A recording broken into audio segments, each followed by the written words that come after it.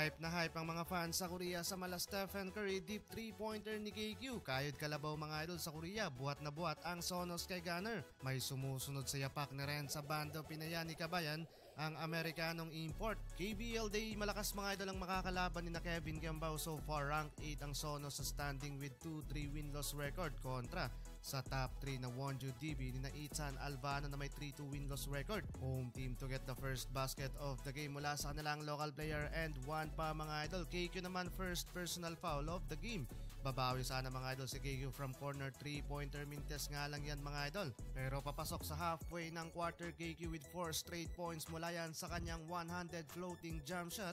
Yun nga lang masyadong low scoring ang dalawang kumpanan, 4-6 pabor so far sa visiting team. Another floating 100 jump shot na naman mula kay KQ, same spot and same result mga idol mula sa mid-range. Sinundan pa yan mga idol ni KQ mula sa wing 3-pointer. Unang success stress niya dito sa laban. Gandang simula mga idol para sa visiting team, 6 points lead, 16-22.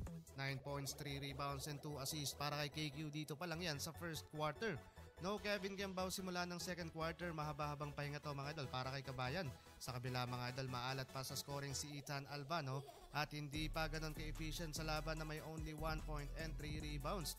Under 7 minutes mark dun pa lang mga idol nagkaroon ng field goal dito sa laban mula sa corner 3 ng Wonju DB. At saka pa lang din ibinalik sa laban si Kevin Gambao. Grabe ang naging presensya ni KQ sa loob ng court, napasayaw pa etong kanyang fellow import nang makasabit ng end one basket.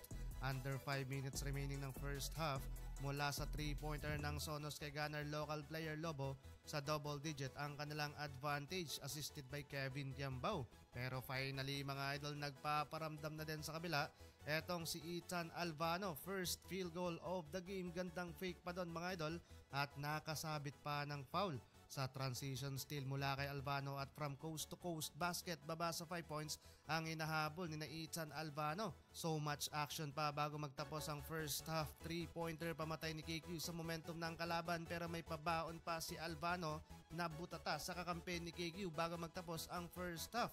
Pero lamang pa rin mga idol ang Sonos kay Gunner. Heading into second half, lock on mood mga idol si Kevin Gambao dito sa laban. Nagkasagutan mga idol sa field goal ang dalawa nating kababayan, showcasing ng kanilang arsenal from long range shot. Ayaw pang paawat mga idol ni Ethan Alvano, double digit scoring na din dito sa laban. Maya-maya mas na hype mga idol ang fans ng Sono dahil sa mala Stephen Curry deep 3-pointer ni Kevin Gambao. 20 points na so far mga idol dito sa laban. Last quarter time mga idol, mabilisan lamang naghahabol na mga idol ang Wonju DB. Nagduel na naman ang dalawa nating kababayan. Parehong ayaw magpaawat sa outside shooting. Grabe, umuulan ng tres dito sa laban.